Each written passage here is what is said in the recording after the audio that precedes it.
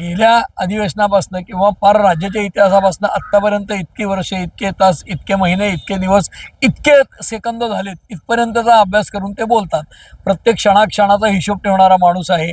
दुसरी एक इंटरेस्टिंग माहिती सांगतो की मुनगंटीवार ज्यावेळेला मंत्री होते, अर्थमंत्री, त्यावेळेला त्यांच्याकडे येणाऱ्या कुठल्याही व्यक्तीचं काम होईल याचा पाठपुरावा ते करायचे. त्याच्यासाठी पत्र लिहायचे साधी, आणि पत्राचा टपालाचा जो खर्च आहे तो सर्वाधिक असलेला तो मंत्री होता 14 ते 19 मधला. म्हणजे त्यांच्या इतका पत्रव्यवहार कुठल्याही मंत्र्यांनी केलेला नाही. ते सरकारच्या सगळ्या उणीवांवर वेळोवेळी बोट ठेवतात आणि सर्व आयुध वापरून बोट ठेवतात. त्यामुळे त्यांचे आर्ग्युमेंट्स किंवा त्यांचे दावे खोडून काढणं हे प्रसंगी मंत्र्यांनी किंवा सरकारला अवघड जाताना दिसतंय.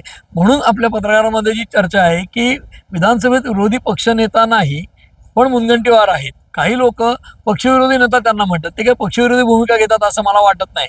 कारण काँग्रेसमध्ये वगैरे जी परंपरा आहे की असा डावाला गेलेला डायरेक्ट नेतृत्वावर शिव्या देऊन पक्ष सोडतो, दुसऱ्या पक्षात जाऊन ताकद दाखवतो आणि परत इकडे होतो, तसं काय मुनगंटीवार करतील असं वाटत नाही.